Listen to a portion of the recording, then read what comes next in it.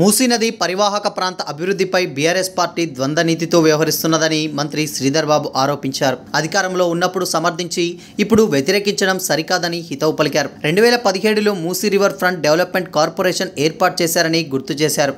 అప్పుడే అక్రమ కట్టడాలు ఎన్ని ఉన్నాయి, ఎన్ని ఆవాసాలు బఫర్ జోన్లో ఉన్నాయని నిర్ధారించారని తెలిపారు.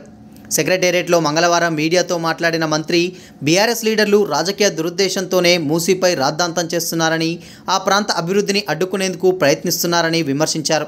బీఆర్ఎస్ హయాంలో మూసీ రివర్ ఫ్రంట్ కార్పొరేషన్ మీటింగ్స్కు మున్సిపల్ శాఖ మంత్రి హోదాలో కేటీఆర్ హాజరై అక్రమ కట్టడాలను కూల్చాలని నిర్ణయం తీసుకున్నట్టు శ్రీధర్ బాబు ఆధారాలు బహిర్గతం చేశారు. మంత్రి హోదాలో కేటీఆర్ 2018 నుంచి 2020 వరకు చాలా మీటింగ్లకు అటెండ్ అయ్యారు. మూసీ ప్రక్షాళనను యుద్ధ ప్రాతిపదికన తీసుకోవాలని కేటీఆర్ ఆదేశించారు. ఆయన మాటలు మినిట్స్లో ఉన్నాయి. ఒడ్డు నుంచి 50 మీటర్ల వరకు బఫర్ జోన్గా నిర్ధారించి 8480 అక్రమ కట్టడాలున్నట్టు గుర్తించారు. వాటిని కూల్చాలని జీవో జారీ చేశారు. కూల్చేందుకు కావలసిన చర్యలు చేపట్టాలని అప్పటి హైదరాబాద్, రంగారెడ్డి జిల్లాల కలెక్టర్లను మంత్రి హోదాలో కేటీఆర్ ఆదేశించారని నాటి మినిట్స్ అంశాలను మంత్రి శ్రీధర్ బాబు వెల్లడించారు. FTL buffer zone master plan సిద్ధం చేయాలని మూసీపై సమీక్ష సందర్భంగా అధికారులకు ఆదేశాలిచ్చారని మంత్రి శ్రీధర్ బాబు పేర్కొన్నారు. 2021లో అక్రమ కట్టడాలు కూల్చాలని, R&R ప్రకారం ఆదుకోవాలని సూచించినట్టు తెలిపారు. 2022లో దాదాపు 15,000 డబుల్ బెడ్రూమ్ ఇవ్వాలని సూచించినట్టు చెప్పారు.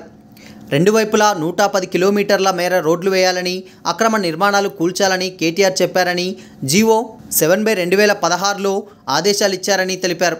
గత ప్రభుత్వం మాటలతోనే పాలన నడిచిందని దుయ్యబట్టారు. గతంలో వరదలు వస్తే మూసీ నదిపై ఉన్న చాదర్ఘట్ వద్ద ప్రాంతం మునిగిందని పేర్కొన్నారు. బీఆర్ఎస్ చేస్తే ఒప్పు, తాము చేస్తే తప్ప అని నిలదీశారు. సమస్య వచ్చినప్పుడు సలహాలు ఇవ్వాలని, కానీ బీఆర్ఎస్ మాత్రం ప్రజలను పక్కదో పట్టించాలని చూస్తున్నదని విమర్శించారు. గత ప్రభుత్వం భూ నిర్వాసితులను ఆదుకోలేదని, ఇప్పుడు ఎందుకు రాద్ధాంతం చేస్తుందని ప్రశ్నించారు.